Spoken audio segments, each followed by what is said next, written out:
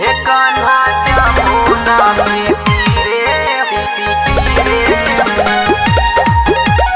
खेले अइहा हो।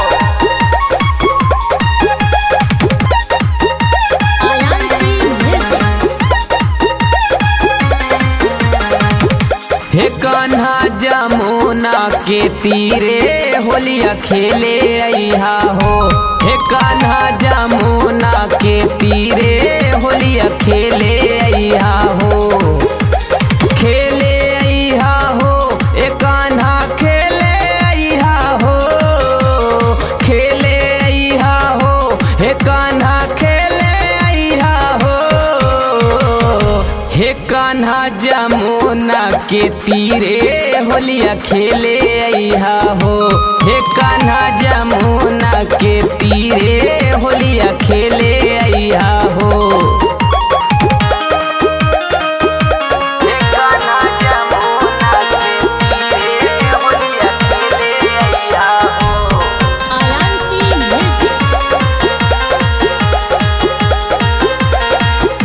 हे कान्हा जमुना के तीरे करिहाना देरी कान्हा अपने तू अइहा। सथवा में अपने गोपियन के ले अइहा। अतने बचाह हमारा तू पूरइहा। अपने राधा प्यारी के हे बात ना भूलइहा। सथवा में रंगवाया बिरिया तू ले ले अइहा हो। ले ले अइहा हो हे कान्हा ले ले अइहा हो। ले ले अइहा हो हे कान्हा ले ले अइहा हो।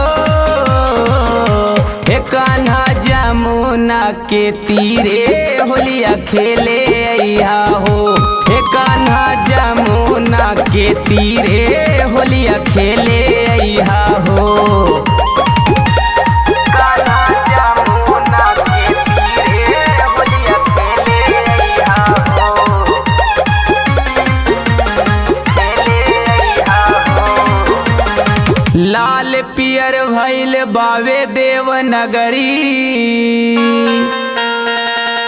उड़ाता गुलाल कान्हा देखा न सगरी। गुरु दिन चौहान हो के भक्ति में लीन हो। गावा ताड़े फगुआ बांधी के पगड़ी। एक कान्हा ताकब तोहर रहिया तू सबेरे अइहा हो। सबेरे अइहा हो तू सबेरे अइहा हो। सबेरे अइहा हो तू सबेरे अइहा हो। हे कान्हा जमुना के तीरे होलिया खेले अइहा हो। हे कान्हा जमुना के तीरे होलिया खेले